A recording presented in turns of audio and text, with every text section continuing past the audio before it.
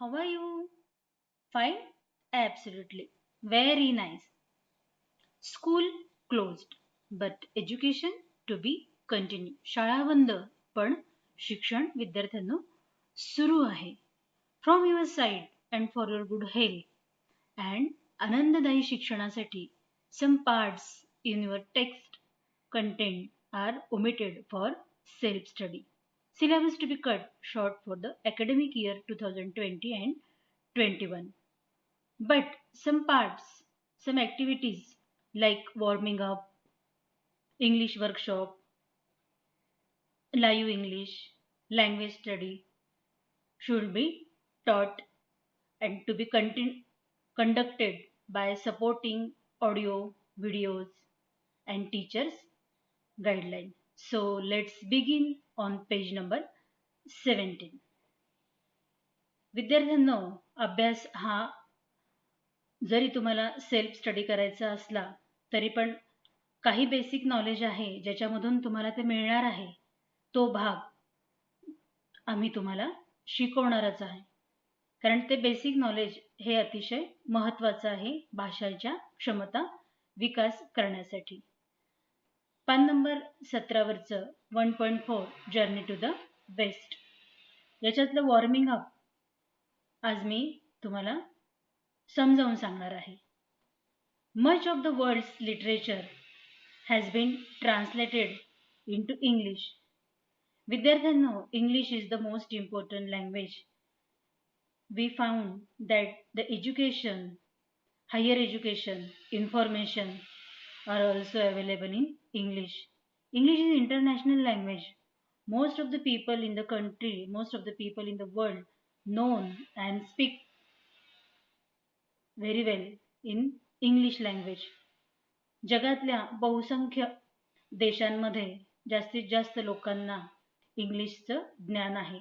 आणि विद्यार्थिनींनो, तुम्ही दैनंदिन जीवनामध्येही पाहतात की मेडिसिनचे जे रॅपर आहेत किंवा नंबर्स आहेत किंवा उच्च शिक्षण आहे हे सर्व इंग्रजीमधून आहे. म्हणून आपल्याला इंग्लिश लँग्वेज जे आहे ते शिकणं अतिशय महत्त्वाचं आहे. फक्त गुणांसाठी, मार्कांसाठी म्हणून भाषेचा किंवा कोणत्याच विषयाचा अभ्यास करायचा नसतो विद्यार्थ्यांनो. यातून आता हे जे लिटरेचर आहे, what do mean bye literature? Literature म्हणजे साहित्य. कथा, कादंबरी, गोष्टी, कविता यांना काय म्हणतात? साहित्य म्हणतात. In English we call it literature. आणि मग जास्तीत जास्त जगामधलं जास्तीत जास्त साहित्य हे कशामध्ये लिहिलेलं आहे? इंग्लिश भाषेमध्ये लिहिलेलं आहे. In this passage we learn about an epic novel. What do you mean by epic novel? Novel, epic, a long poem that tells a story of a hero. Epic म्हणजेच काय? महाकाव्य. ज्या महाकाव्यामधून ज्याने शौर्य गाजवलेलं आहे किंवा ऐतिहासिक जी घटना म्हणून नोंद होते त्यांची गाथा, त्यांची गोष्ट, त्यांच्या ज्या घटना आहे त्या आपल्याला या महाकाव्यामधून शिकायला किंवा अभ्यासायला किंवा माहिती मिळत असते. The title journey to the west and its most popular character. What do mean by character? पात्र.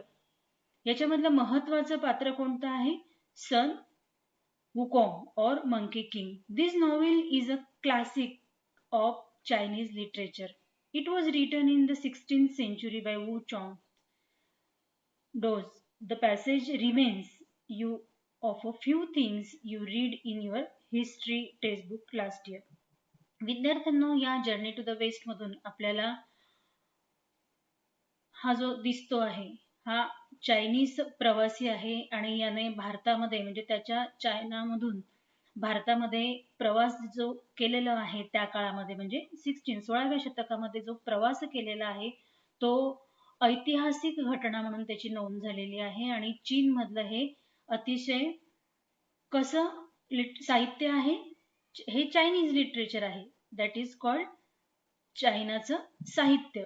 आणि मग या गोष्टीमध्ये या ऐतिहासिक घटनेच्या मध्ये आपल्याला यॉंग चॉंग याचा भारतातला प्रवास हा अभ्यासायचा आहे. आणि याच्यामध्ये 4 महत्वाचे शब्द आहे विद्यार्थ्यांनो, ते तुम्हाला आत्मसात करायचे वॉर्मिंग अप मध्ये. एपिक समजलं? एपिक म्हणजे काय? एपिक म्हणजे काय? महाकाव्य, ज्याच्यामध्ये ज्याने काही शौर्य गाजवलेलं आहे, हिरो जो आहे, ऐतिहासिक त्याची नोंद झालेली आहे, त्याच्याबद्दलच्या गोष्टी आपल्याला त्या महाकाव्यामधून वाचायला मिळतात. ठीक आहे.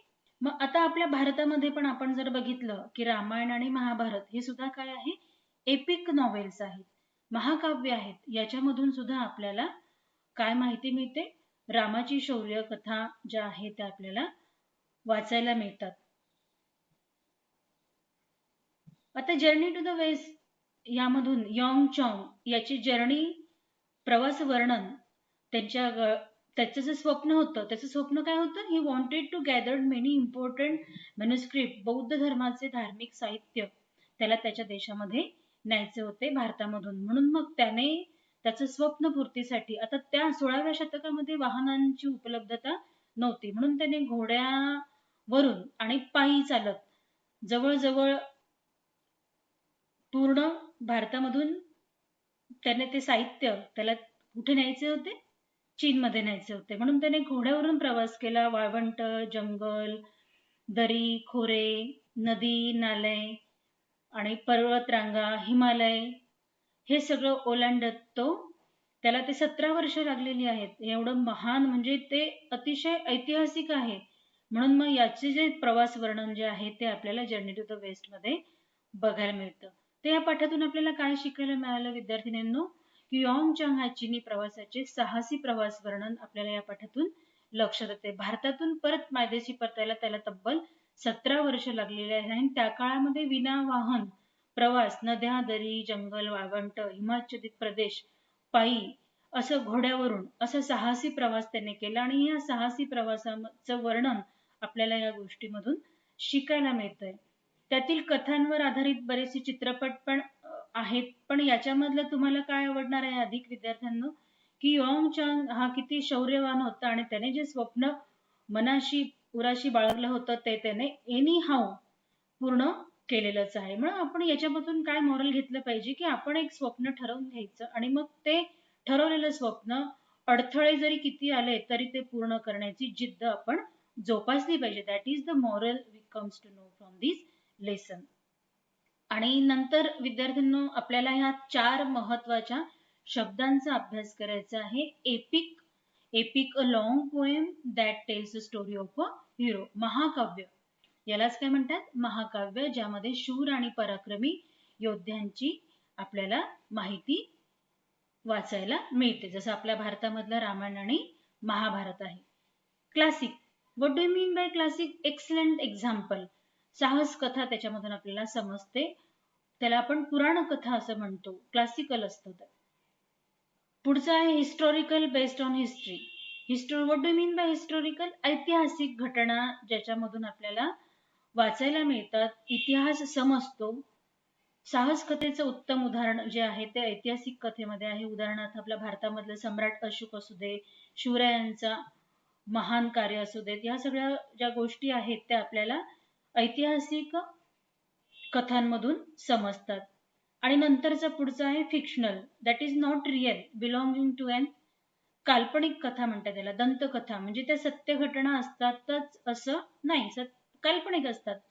ते आपल्याला फक्त आनंद देण्यासाठी म्हणून काय केलेले असतात? लिहिलेले असतात. उदाहरणार्थ तुम्ही परीकथा वाचलेल्या असतील, डोरेमॉन आहे किंवा मिकी माऊस आहे, या सगळ्या ज्या गोष्टी आहेत त्या प्रत्यक्षात घडतात का? नाही घडत. म्हणून मग त्या फक्त आनंद देण्यासाठी, for the sake of only entertainment, that will be written, म्हणजे ते लिहिलेले असतात. त्यालाच काय म्हणतात? फिक्शनल, काल्पनिक कथा. मग तुम्हाला याच्यातून काय करायचं आहे विद्यार्थिनींनो? बघा, पान नंबर 17 वर जे वॉर्मिंग अप ऍक्टिव्हिटी दिलेली आहे, ह्या शब्दांचे अर्थ तुम्हाला समजलेले आहेत. मग या प्रश्न जो दिलेला आहे, read the following statement and say whether each one is historical or fictional. म्हणजे ही जी 8 वाक्य दिले विद्यार्थ्यांनो, 1 2 3 4 5 6 7 8, ही जी वाक्य दिलेली आहेत ते वाक्य तुम्हाला काय करायचे? असे 2 भाग वहीमध्ये करायचे, हिस्टॉरिकल आणि फिक्शनल, ऐतिहासिक आणि परीकथा, दंतकथा. मग हे एक एक स्टेटमेंट वाचायचंय आणि मग त्याचं काय करायचं आहे? 2 याच्यामध्ये क्लासिफिकेशन करायचं, वर्गीकरण करायचं. आता पहिलं जे बघा आहे Indian merchant use to travel across the seas many centuries ago. भारतीय मर्चंट म्हणजे काय? व्यापारी. भारतीय व्यापाऱ्यांनी समुद्र व्यापार करण्यासाठी समुद्र प्रवास केलेला आहे. आता ही घटना जी आहे ती खरी आहे. दंतकथा आहे का? खोटं आहे का? नाही. म्हणून मग हे कशामध्ये येईल? ऐतिहासिक मध्ये येईल. नंतर Sinbad the seller completed 7 voyage. हे सुद्धा ऐतिहासिक घटना आहे. तर या पुढच्या ज्या आहेत त्या सगळ्या तुम्ही काय करायच्या आहेत? वाचायच्या आहेत आणि त्या ऐतिहासिक आहे की काल्पनिक आहेत या सगळ्या तुम्ही काय करायच्या? वहीमध्ये लिहायच्या आहे विद्यार्थिनींनो. आणि अजून दुसरा एक वर्कशॉप आहे ते पण तुम्ही करा. अर्थात तुम्ही ते पुस्तकं वाचलेली असतील. बुक लिस्ट करायची. कोणती बुक लिस्ट करायची? ऐतिहासिक पुस्तकं कोणती आहेत आणि काल्पनिक पुस्तकं कोणती आहेत. आता इथे काल्पनिक बघा, फेरी स्टोरी आहे. हे कशामध्ये येईल? फिक्शनल मध्ये येईल. त्याच्यानंतर किंग शिवाजी हे कशामध्ये येईल? राजा शिवाजी हे हिस्टॉरिकल मध्ये येईल.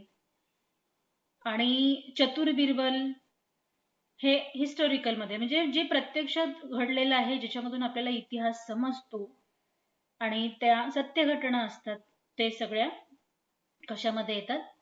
ऐतिहासिक मध्ये येतात, हिस्टॉरिकल मध्ये येतात. आणि फिक्शनल मध्ये काय येतात? परिकथा, ज्या फक्त आपल्या आनंद देण्यासाठी असतात, एंटरटेनमेंट करण्यासाठी असतात. मग त्या ज्या आहेत त्या घटना कशामध्ये येतील? फिक्शनल मध्ये. समजले तुम्हाला वॉर्मिंग अप? पुढच्या विषयामध्ये आपण बघणार आहोत लाईव्ह इंग्लिश वर्कशॉप. पुढचं जे आहे ते बघा विद्यार्थिनींनो, पान नंबर 22 वरचं जे वर्कशॉप आहे त्याच्यामधला 4था, 5वा आणि 6वा प्रश्न, लँग्वेज आणि लँग्वेज स्टडी, हे आपण पुढे अभ्यासणार आहोत. आपण मागे नाउन शिकलेलो आहोत. What do mean bye noun? Noun is the name of a person. मग नाउनचे प्रकार आहेत. आपण प्रॉपर नाउन आणि कॉमन नाउन हे पण पाहिलेलं आहे. प्रॉपर नाउन म्हणजे काय? व्यक्तीचं, वस्तूचं असलेलं नाव. आणि कॉमन नाउन म्हणजे काय? आता मुलगा, मुलगा हे काय झालं? बॉय. हे काय झालं? Common noun. आणि त्याचंच जर नाव रोहन असेल तर ते काय झालं? Proper noun. आता ह्या कॉमन नाउनचे म्हणजे सर्वसामान्य नामाचे हे 2 प्रकार आहेत, काउंटेबल आणि अनकाउंटेबल.